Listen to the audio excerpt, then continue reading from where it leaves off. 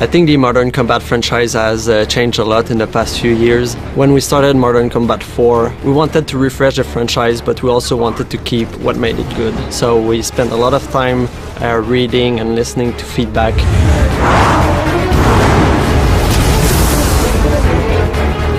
We really wanted to beef up the storyline, and also we've decided to provide a multi-dimensional perspective. In other words, the player will be not only playing a US soldier, but also playing the villain, Edward Page. And there's many things that you will experience through this character.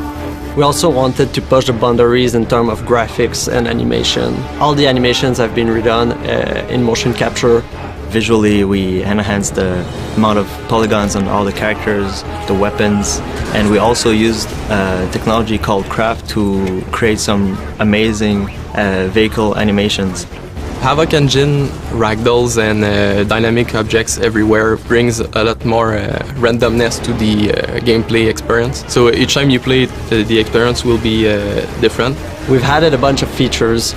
The first one is the tactical movement system. This new system allows the player to move around in the environment very easily. It kind of unleashes all the frantic action that we wanted to give to the player during the multiplayer or single-player campaign.